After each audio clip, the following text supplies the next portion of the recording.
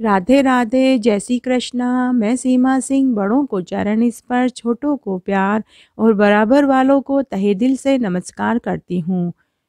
मैं आज श्रीमद् भगवत गीता के राज विद्या राज गुहा योग नामक 9वां अध्याय सुनाने जा रही हूँ।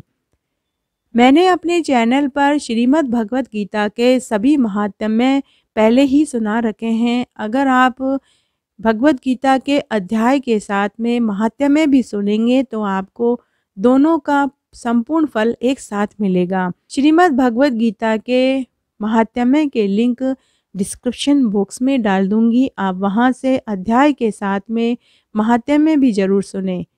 धन्यवाद। 9वां अध्याय इस प्रकार है। श्री कृष्ण भगवान बोले, हे अर्जुन, तुझ दोष दृष्टि रहित भक्ति के लिए इस परम गोपनीय ज्ञान को रहस्य के सहित कहूँगा कि जिसको जानकर तू दुख रूप संसार से मुक्त हो जाएगा। यह ज्ञान सब विद्याओं का राजा तथा सब गोपनीयों का भी राजा एवं अति पवित्र, उत्तम, प्रत्यक्ष फल वाला और धर्मयुक्त है।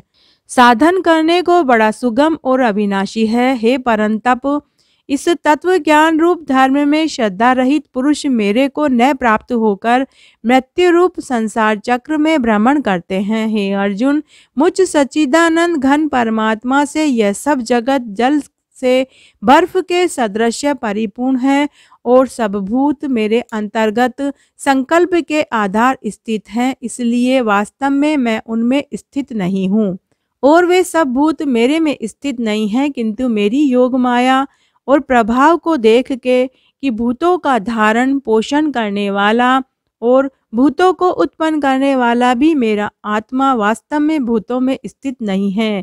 क्योंकि जैसे आकाश से उत्पन्न हुआ सर्वत्र विचरने वाला महान वायु सदा ही आकाश में स्थित है, वैसे ही मेरे संकल्प द्वारा उत्पत्ति वाले होने से संपूर्ण भूत मेरे में स्थित हैं, ऐसे जान। हे अर्जुन, कल्प के अंत में सब भूत मेरी प्रकृति को प्राप्त होते हैं, अर्थात प्रकृति में लय होते हैं, और कल्प के आदि में उनको मैं फिर रचता हूँ। कैसे कि अपनी त्रिगुणमयी माया को अंगीकार करके स्वभाव के वश में परतंत्र हुए इस संपूर्ण भूत समुदाय को बारंबार उनके कर्मों के अनुसार रचता हूँ।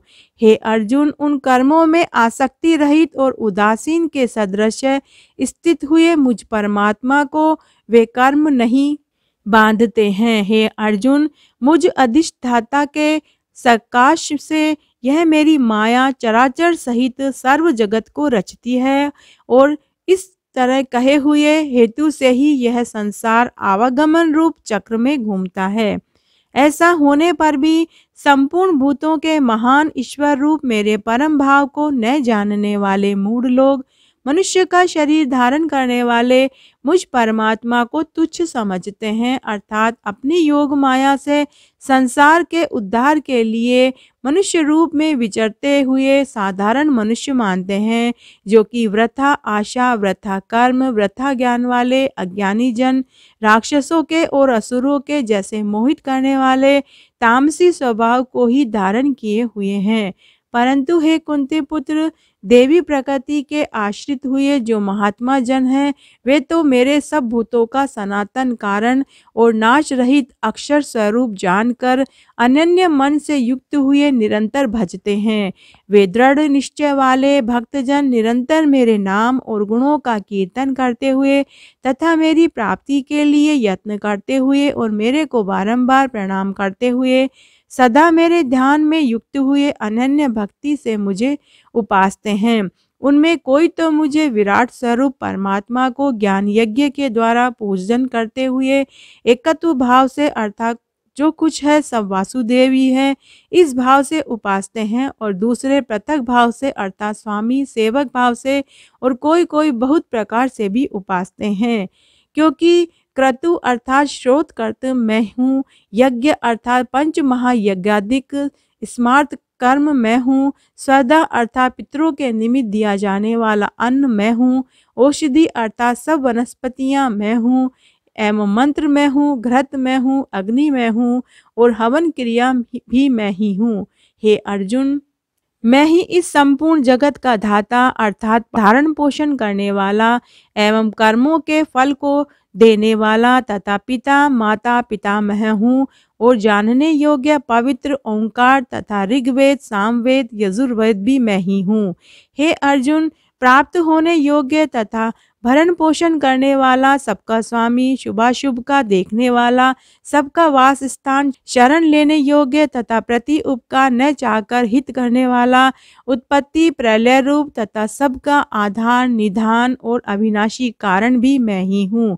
मैं ही सूर्य रूप हुआ तपता हूँ तथा वर्षा को आकर्षण करता हूँ और वर्षाता हूँ। और हे अर्जुन, मैं ही अमृत और मृत्यु एवं सत और असत भी सब कुछ मैं ही हूँ। परंतु जो तीनों वेदों में विद्वान किए हुए सकाम कर्मों को करने वाले और सोम रस को पीने वाले एवं पापों से पवित्र हुए पुरुष मेरे को यज्ञ के द्वारा पूजकर स्वर्ग की प्राप्ति को चाहते हैं, वे पुरुष अपने पुण्यों के फलस्वरूप इंद्रलोक को प्राप्त होकर स्वर्ग में दिव्य देवताओं के भोगों को भोगते हैं। वे उस विशाल स्वर्गलोक को भोगकर पुण्य क्षीण होने पर मृत्युलोक को प्राप्त होते हैं। इस प्रकार स्वर्ग के साधन रूप तीनों वेदों में कहे हुए सकाम कर्म के शरण हुए और भोगों की कामना वाले पुरुष बारंबार जाने आने को प्राप्त होते हैं, अर्थात पुण्य के प्रभाव से स्वर्ग में जाते हैं और पुण्यशील होने से मृत्यु लोक में आते हैं। जो अनन्य भाव से मेरे में स्थित हुए भक्तजन मुझ परमेश्वर को निरंतर चिंतन करते हुए निष्काम भाव से भजते हैं, उन नित्य एक ही भाव से मेरे में स्थित वाले पुरुषों का योगक्षेम मैं स्वयं प्राप्त कर लेता हूँ। हे अर्जुन, यद्यपि श्रद्धा से युक्त हुए जो सकामी भक्त दूसरे देवताओं को पूजते हैं वे भी मेरे को ही पूजते हैं, किंतु उनका वह पूजन अविधि पूर्वक है अर्थात अज्ञान पूर्वक है, क्योंकि संपूर्ण यज्ञों का भोक्ता और स्वामी भी मैं ही हूँ। परंतु वे मुझ अधियज्ञ स्वरूप परमेश्वर को तत्व से नहीं जानते हैं, इसी से गिरते हैं अर्थात पुनर्जन्म को प्राप्त होते हैं।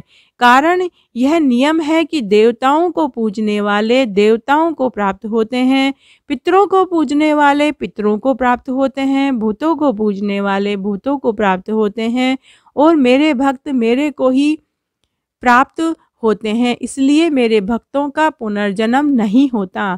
हे अर्जुन, मेरे पूजन में यह सुगमता भी है कि पत्र पुष्प फल जल इत्यादि जो कोई भक्त मेरे लिए प्रेम से अर्पण करता है, उस शुद्धि बुद्धि निष्काम प्रेमी भक्त का प्रेम पूर्वक अर्पण किया हुआ वह पत्र पुष्प मैं सगुण भाव रूप से प्रकट होकर प्रीति सहित खाता हूँ।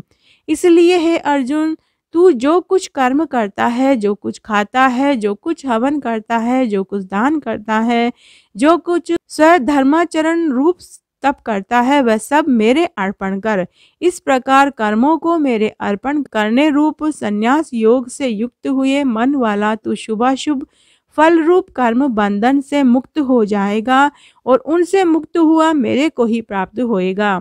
यद्यपि मैं सब भूतों में संभाव से व्यापक हूँ, न कोई मेरा अप्रिय है न प्रिय है, परंतु जो भक्त मेरे को प्रेम से भजते हैं वे मेरे में और मैं भी उनमें प्रत्यक्ष प्रकट होता हूँ। मेरी भक्ति का और भी प्रभाव सुन। यदि कोई अतिशय दुराचारी भी अनन्य भाव से मेरा भक्त हुआ मेरे को निरंतर भजता है, वह साधु ही मानने योग्य है, क्योंकि वह यथार्थ निश्चय वाला है अर्थात उसने भली प्रकार निश्चय कर लिया है कि परमेश्वर के भजन के समान अन्य कुछ भी नहीं है, इसलिए वह शीघ्र ही धर्मात्मा हो जाता है और सदा रहने वाली परम शांति को प्राप्त होता है। हे अर्जुन, तू निश्चय पूर्वक सत्य जान कि मेरा भक्त नष्ट नहीं होता, क्योंकि हे अर्जुन, स्त्री वेश्य शूद्र आदि तथा पाप योनि वाले भी जो कोई होवे वे भी मेरे शरण होकर परम गति को ही प्राप्त होते हैं। फिर क्या कहना कि पुण्यशील ब्राह्मण जन तथा राजश्री भक्तजन परम गति को प्राप्त होते हैं, इसलिए तो सुख रहित और क्षण भंगुर इस मनुष्य शरीर को प्राप्त होकर निरंतर मेरा ही भजन कर। अर्थात मनुष्य शरीर बड़ा दुर्लभ है परंतु नाशवान और सुख रहित, इसलिए काल का भरोसा न करके तथा अज्ञान से सुख रूप भासने वाले विषय भोगों में न फंसकर निरंतर मेरा ही भजन कर केवल मुझ सच्चिदानंद घन वासुदेव परमात्मा से ही अनन्य प्रेम से नित्य निरंतर अचल मन वाला और मुझ परमेश्वर को ही श्रद्धा प्रेम सहित निष्काम भाव से नाम गुण और प्रभाव के श्रवण कीर्तन मनन पठन पाठन द्वारा निरंतर भजने वाला हो तथा मुझ शंख चक्र गदा पद्म किरीट कुंडल आदि भूषणों से युक्त पीताम्बर वनमाला कौस्तुभमणिधारी विष्णु का मन वाणी शरीर के द्वारा सर्वस्व अर्पण करके अतिशय श्रद्धा भक्ति प्रेम से विहलता पूर्वक पूजन करने वाला हो और मुझ सर्वशक्तिमान विभूति बल ऐश्वर्य माधुर्य गंभीरता उदारता वात्सल्य सुहदता और गुणों से संपन्न सबके आश्रय रूप वासुदेव को विनय भाव पूर्वक भक्ति सहित साष्टांग दंडवत प्रणाम कर इस प्रकार मेरे शरण हुआ तू आत्मा को मेरे में एक ही भाव करके मेरे को ही प्राप्त होएगा। तो इस तरह आज मैंने आपको श्रीमद् भगवत गीता के राज विद्या राज गुहा योग नामक 9वां अध्याय सुनाया। अगर आपको यह अच्छा लगे तो कमेंट बॉक्स में ओम नमो नारायणाय जरूर लिखें। धन्यवाद।